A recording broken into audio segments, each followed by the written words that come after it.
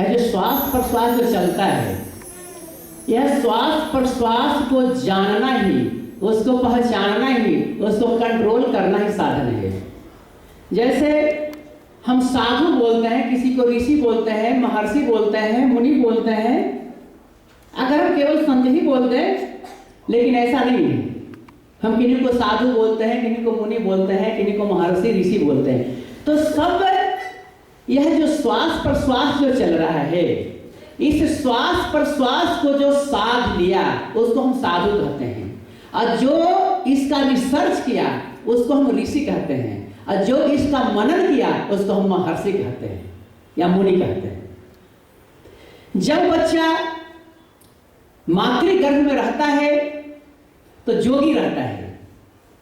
3 ग्रंथि होता है जिसको ब्रह्म ग्रंथि, विष्णु ग्रंथि, रुद्र ग्रंथि के नाम से जानते हैं। दूसरा नाम है जिह्वा ग्रंथि, हृदय ग्रंथि और मूलाधार ग्रंथि। ये तीनों ग्रंथि लगा हुआ रहता है। और जब बच्चा भूमिष्ठ होता है तो तीन जो ग्रंथि है तीनों का भेद हो जाता है। फिर क्रिया योग के माध्यम से अपने जीवन काल में ही तीनों ग्रंथि को पुनः हम लगा देते हैं, और जैसी तीनों ग्रंथि कंप्लीट हो जाती है तो फिर हम गर्भावस्था में चले जाते हैं, अर्थात जोगी हो जाते हैं। जब बच्चा गर्भावस्था में रहता है तो श्वास लेने की आवश्यकता नहीं है उसको। जब मातृगर्भ में रहता है तो श्वास प्रश्वास नहीं चलता, उसका नहीं लेता, उसकी आवश्यकता ही नहीं है। तो ठीक उसी प्रकार से जब आपको भी वैसा हो जाए तो आप भी एक बहुत बड़े जोगी के रूप में संसार में प्रकट हो सकते हैं। और जितने सारे हैं, जैसे ध्रुव को लीजिए, प्रहलाद को लीजिए, राम को लीजिए, कृष्ण को लीजिए, शंकर, विष्णु, दुर्गा, काली, पार्वती, लक्ष्मी, जो भी कह लीजिए, सभी लोगों ने इसी का अभ्यास किया। और जैसे यह श्वास प्रश्वास की गति अस्थिर हो जाती है, उसी समय परमात्मा का साक्षात्कार हो जाता है, आत्मा का साक्षात्कार हो जाता है।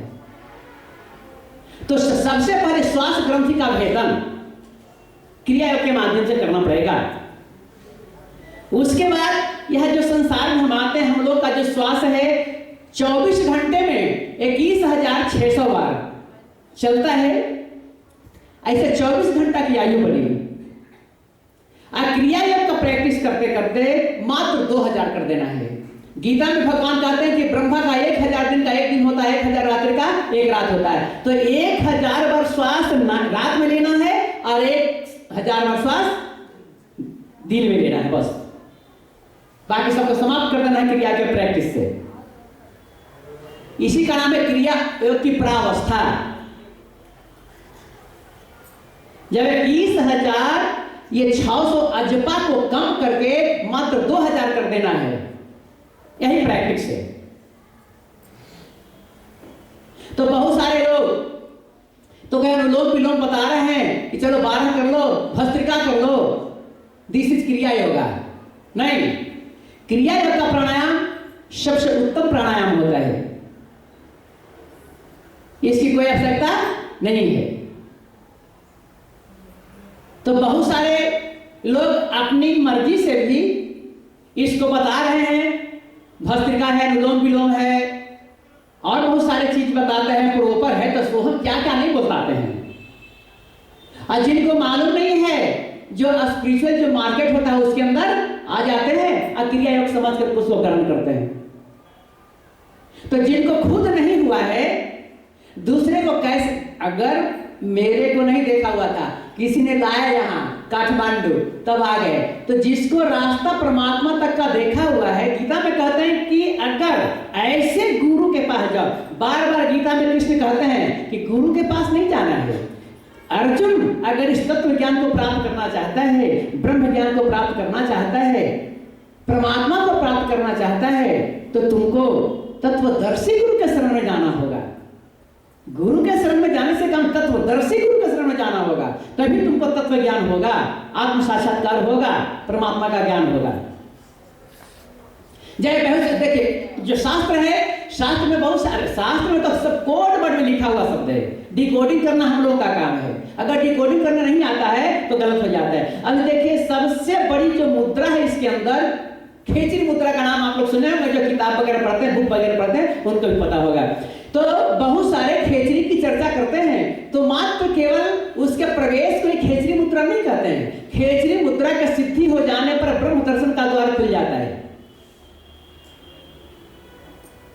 लेकिन बिना गुरु का नहीं हो सकता है। बिना गुरु कृपा के सिद्ध नहीं हो सकता है। इसी का नाम भजन है। जिस दिन आपका श्वास प्रश्वास की क्रिया अगर बंद हो जाती है, जैसी स्थिरावस्था में प्रवेश करता है, उस दिन से आपका भजन स्टार्ट होता है।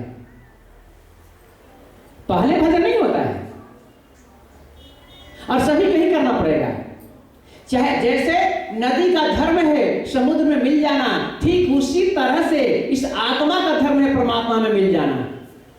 तो आज करें या कल, आपको करना ही करना है, याद कर करना है।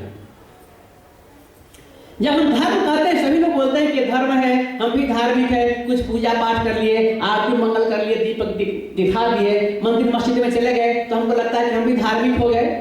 लेकिन कहते हैं कि जो धर्म है, सबसे पहले ये धर्म विज्ञान सीखना पड़ता है। धर्म विज्ञान को जानना नहीं, धर्म विज्ञान को गुरु से सीखना पड़ता है कि धर्म विज्ञान क्या है। धर्म जो है, इसी का नाम है धी धातु से बना हुआ होता है, जिसका अर्थ होता है धारण करना। जो पूरे संसार को जो धारण कर रखा है, जिसके द्वारा संसार का पोषण हो रहा है, जीवों का पोषण हो रहा है, हम सभी मानवों का पोषण हो रहा है, तो उस तत्व को जानना धर्म है। और जो महापुरुष उस तत्व को जान गए, उसको धार्मिक कहा जाता है।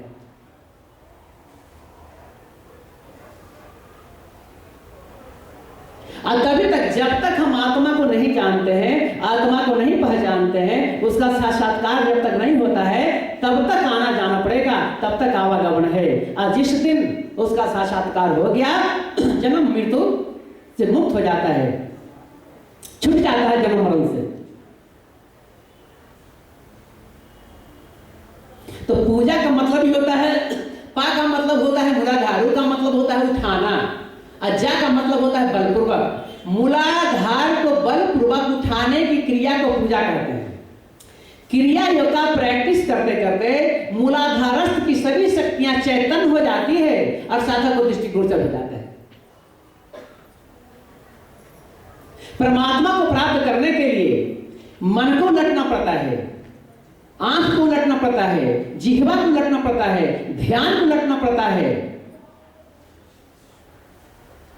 और श्वास को भी लटना पड़ता है, तब परमात्मा की प्राप्ति होती है। तो बहुत से लोग कहते हैं उल्टा, आपने रामचरितमानस में उल्टा नाम जब पहले जाना वाल्मीकि है ब्रह्म समाना, जान याद कवि नाम प्रतापु, अभय शुद्ध करे उल्टा जापू। तो यह जो उल्टा जब बिना गुरु के माध्यम से आप नहीं सीख सकते हैं। ये कैसे उल्टा किया जाता है? उल्टे को उलट करके सीधा कर देना ही क्रिया योग है।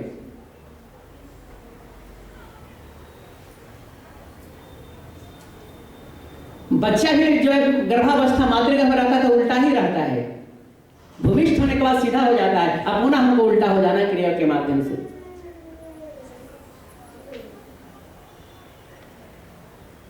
तो इस समय जैसा समय अभी चल रहा है, क्रिया योग की दीक्षा भी हो रही है तो बहुत हो रहा है। अब जो है ये गृहस्थ में चला गया, न तो फिर पहाड़ की गुफा में जाना पड़ेगा।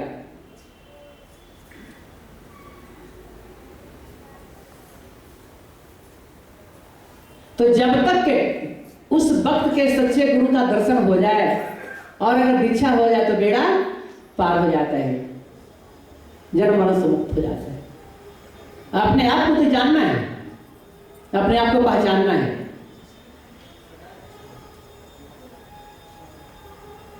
तो हम बहुत सभी लोग बोलते हैं कि मैं कौन हूं, पहले जानो कि हम कौन हैं। तो ऐसे कौन जानेगा? विवेकानंद से ये पूछा था कि आप जब भाषण दे रहे हैं तो आप जानते हो, आप जरूर जानते हो परमात्मा को, ईश्वर को जरूर जानते हैं, तो हमको भी जो है बता दीजिए तो परमात्मा कहाँ रहता है।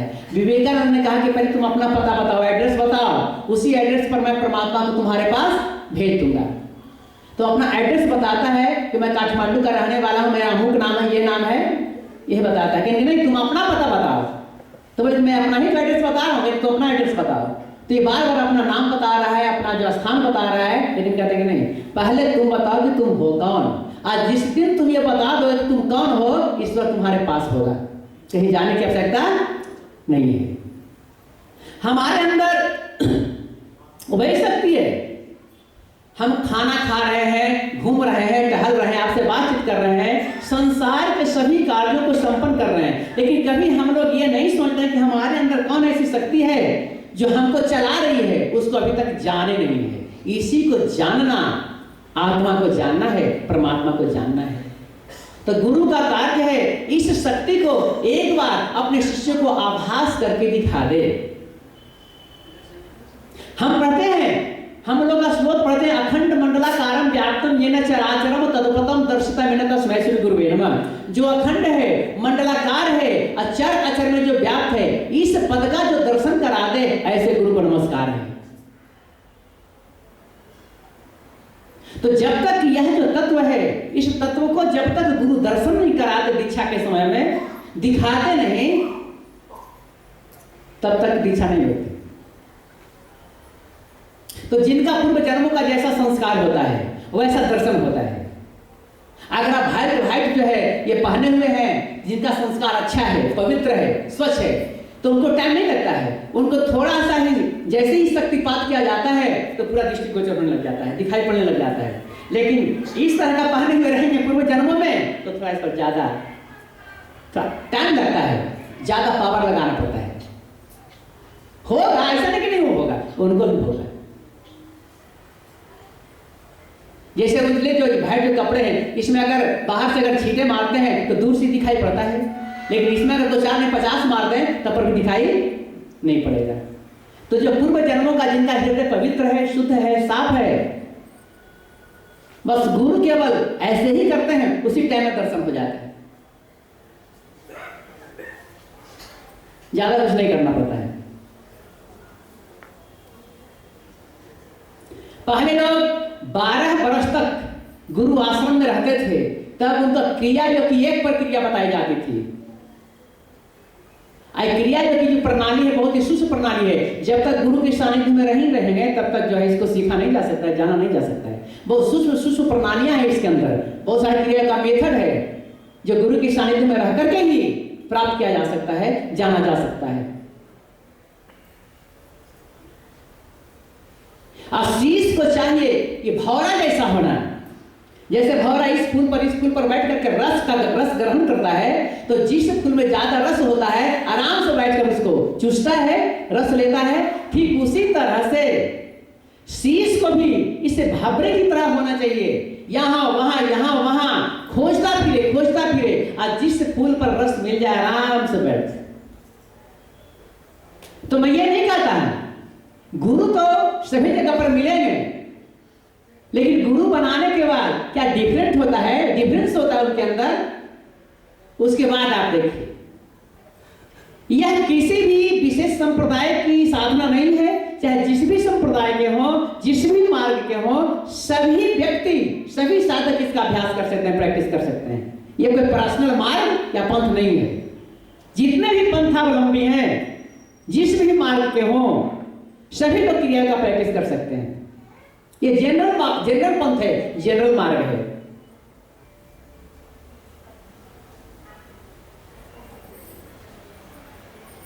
और दिखावा का भी नहीं है, आडंबर का भी नहीं है।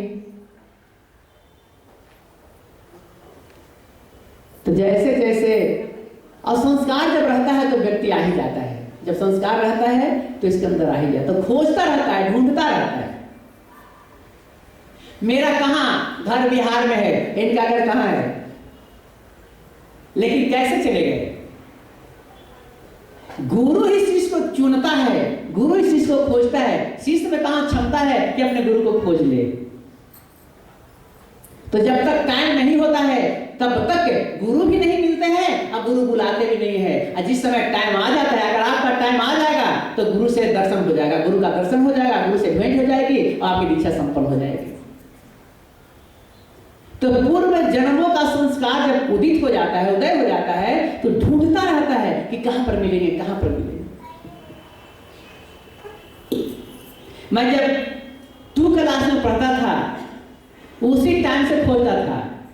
अब 4 क्लास में मेरी दीक्षा हो गई थी, 4 क्लास में मेरी दीक्षा हो गई थी और 3 घंटा क्रिया का प्रैक्टिस करते थे उस टाइम में।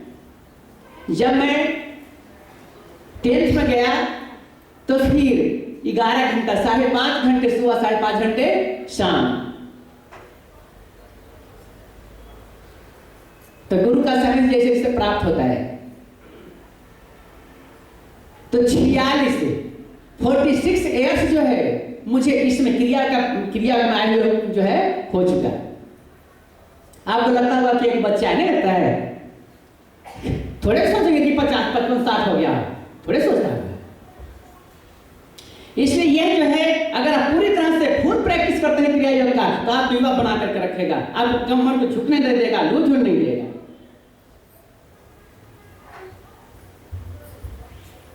और आयु तो बढ़ाता ही बढ़ाता है, दीर्घ जीवित तो बनाता ही बनाता है। इसी को आप लोग सुना ना कि इच्छा मृत्यु की प्राप्ति हो जाती है, शास्त्रों में इसका वर्णन है ना कि इच्छा मृत्यु हो जाती है।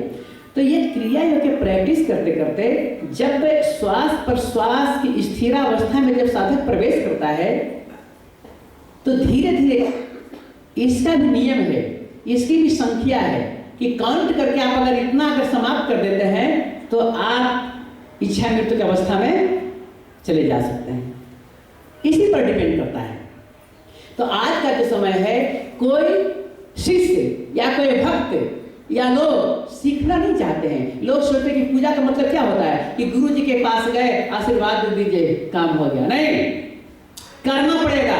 कृपा का मतलब होता है, कृ धातु से बना हुआ है, करके प्राप्त करना।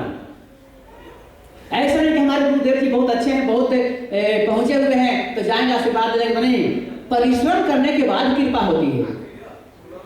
तो अगर आप क्रिया योग का अभ्यास करते हैं तभी गुरु कृपा होगी। आज जिस दिन गुरु कृपा होगी उस दिन श्वास प्रश्वास आपका अस्थिर अवस्था में प्रवेश कर जाएगा। आज जिस दिन प्रवेश किया समझे गुरु कृपा होगी। तो गुरु से मिलकर के रहना, उनसे जुड़कर के रहना, यही क्रिया योग है। बिना गुरु से जुड़े नहीं हो सकता है। अब गुरु को पता होता है कि मेरा शिष्य क्या कर रहा है, क्या नहीं कर रहा है। अगर क्रिया का प्रैक्टिस अगर आप गलत भी कर रहे हैं तो जब अधिक गलत होने लगेगा तो गुरु आपके पास स्वयं आ जाएंगे। चाहे स्थूल रूप से भी आ सकते हैं या सूक्ष्म रूप से भी आकर के आपको क्रिया का जो है बता करके कि कैसे करना है, आपको आदेश दे करके उसके बाद चले जाते हैं। प्रेम से बोलिए सद्गुरु भगवान की। तो यही क्रिया योग में चाहे जितना भी दूरी हो, गुरु शिष्य दूर नहीं होते हैं। वह तो गुरु हमेशा आत्मा के रूप में आपके पास में है, आपके साथ नहीं है। इसका दूसरा नाम आत्मक्रिया भी है। तो आत्मक्रिया के अभ्यास से जो आपके अंदर जो होगा गुरु जी के अंदर भी होगा, क्योंकि आत्मा एक है। तो जब गुरु शिष्य का संबंध जब जुड़ जाता है, आत्मा का संबंध जुड़ जाता है, तो शिष्य चाहे जितने भी दूर क्यों न हो, उसका मैसेज समाचार गुरु को मिलता रहता है। गुरु हमेशा अपने जो विचार है, मानसिक जो प्रवाह है, मानसिक जो विचार है, इस प्रवाह को हमेशा संप्रेषण करते रहते हैं। केवल इस वायुमंडल विश्व अंतरिक्ष के अंदर मानसिक विचारों को प्रवाहित करते रहते हैं। जहां भी शिष्य हो, अगर वह एक्टिव है तो उसको ऑब्जर्व कर सकता है। अगर एक्टिव नहीं है तो फिर ऑब्जर्व नहीं कर सकता। अगर यहां भी है, अगर बिहार में भी है, अगर कोई एक्टिव शिष्य है तो हमारे विचार को जो है ग्रहण कर सकता है, ऑब्जर्व कर सकता है।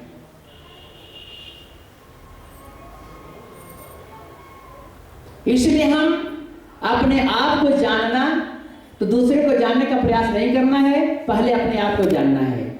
जितनी सारी इंद्रियां हैं, बहुत से लोग कहते हैं कि मैं काम क्रोध लोभ मोह मद मत्सर है सबको नहीं, कुछ नहीं करना है। जितनी सारी इंद्रियां हैं आपकी, सभी इंद्रियों पर विजय प्राप्त करने से अधिक कठिन है अपने आत्मा पर विजय प्राप्त करना। अगर आत्मा पर विजय प्राप्त हो जाता है कि सारी इंद्रियां स्वतः भस्म हो जाएगी, स्वतः कंट्रोल हो जाएगी। इसलिए इंद्रियों के चक्कर में नहीं रहना है, हमको केवल उस आत्मा तक पहुंचना है, आत्मा को पकड़ना है। आप लोग, हमारे गुरु जी का शतरंज का खेल होता है ना, तो शतरंज में जो है एक बादशाह होता है, बादशाह को कैद करना होता है।